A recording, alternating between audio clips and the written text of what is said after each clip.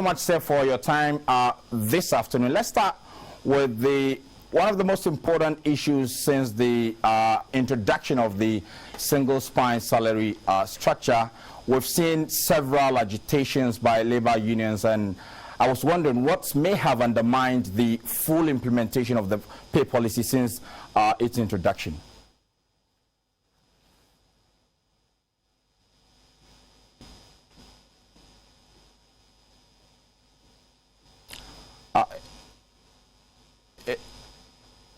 El, if you can kindly unmute for me, we seem to have lost him on the line, but El is going to help us appreciate some of the many concerns that public sector workers have been raising since the inception of the single pay policy. Of course, it was introduced to address issues of inequality in the pay system, but that seemed not to have been achieved because a lot of people are having issues, and we've seen the Labour Front also pushing hard on government to address some of these concerns, which still trying to raise El Ankra from the Fair Wages and Salaries Commission to help us on this issue. But we'll look at one of the stories that has also made headlines, at least in the last 2 years, and that is COVID-19.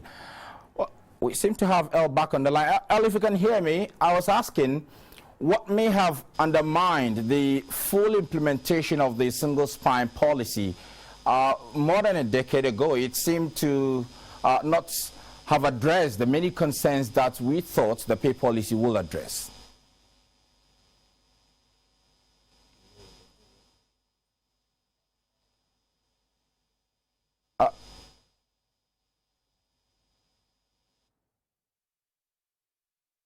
Is it possible for you to repeat the question for me? I was asking, I said, since the introduction of the single spine pay policy, you still can't hear me?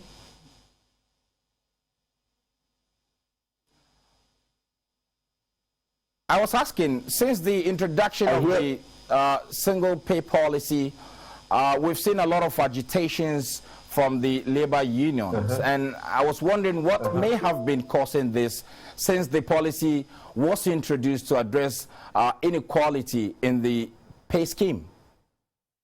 Okay, what I hear is since the introduction of the single spine policy, you think there's been a lot of agitations, and you want to find out if anything is being done to contain it. Sure. If I got it right. Okay, thank you.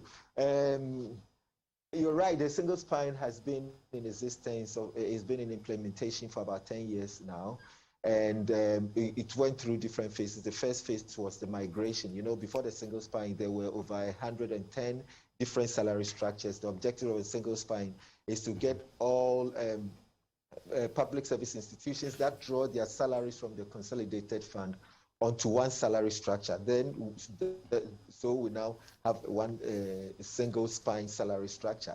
But the objective is to clear out the inequities in the system. So, for example, you had a situation where there are two secretaries working for two different institutions. One may be earning 5 cedis at the end of the day.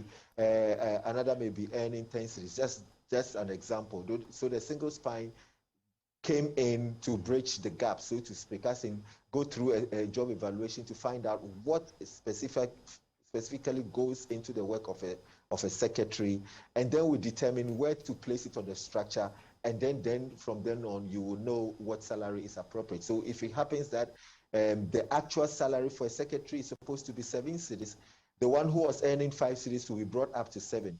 But for the one who was earning 10 cedis, you don't cut their salary because the policy frowns on making someone worse off. But you maintain that person on the 10 cedis, and so the one who is now at 7 cedis catches up with them. So that is a way by which the policy tried to handle the inequities. Now, there are allowances that come with the policy. So most of the agitations we are talking about are not necessarily about the base pay of the single spine, because those inequities were handled by them. But when it comes to allowances, mostly all groups and organizations want to grab in more. There are category 1 allowances that have to do with the work that have been consolidated. And then there are categories 2 and 3 allowances that cut across every public service institution on the single spine. And then there are special allowances, non-core allowances that are peculiar to certain institutions. And that is where sometimes the issues come up from. But when you look at it in general, like you wake up in the morning and there are agitations from the left, agitations from the right, it makes you question the credibility of the policy. But then when you pull back and you take the issues one after the other, you will realize that the problem is not with the policy. The problem is with certain groups of workers that are demanding certain things that they may not entirely be entitled to.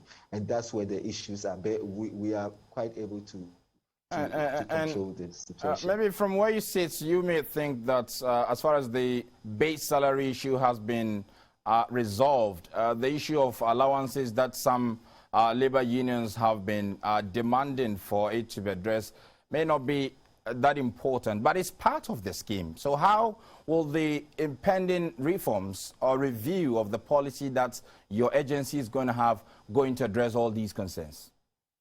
Well, the talk of the review has been going on for quite a while. The consultant that put the policy together recommended that at least even after every 5 years, there's supposed to be a review. Since the policy started, there have been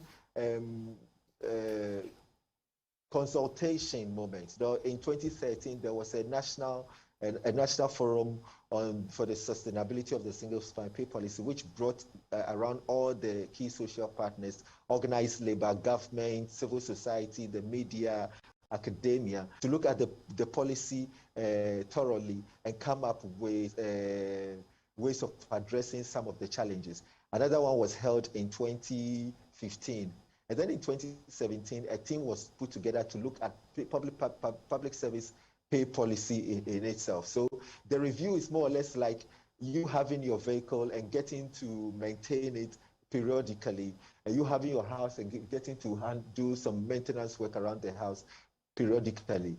So it is in order that we do such reviews. It's not because there's a problem intrinsically with the policy itself, but there is a human institution. You realize that technology is taking over the workplace. You realize that following COVID-19, the workspace has even changed. So when you get to review the policy, you are able to address some of these issues, which go into the determination of the base salary, after which the allowances and others come around. 10 years after the implementation of the pay policy, will you say, or would you confirm to GBC News that every single public sector employee has been enrolled on the scheme? Yeah, there was a target that was set for the commission. I think to the most part, more than 99% of those who were supposed to be on the single spine have gotten on. There are some institutions who are quoting their enabling acts, which claim that their salaries are supposed to be determined by their councils and boards. But then these are discussions that are going on, and the number that remains is very insignificant. Finally, what is the Commission doing to link productivity and remuneration? Is part of the wisdom that the framers of this policy sought to achieve? Good question. It's supposed to be the next phase of the single spine pay policy. You know, in the workspace, most of the organizations do performance appraisals. Of course, from the beginning of the year, you set targets with your employees. In the middle of the year, you do a review of the targets and what has been accomplished vis-a-vis the resources available. And then at the end of the year,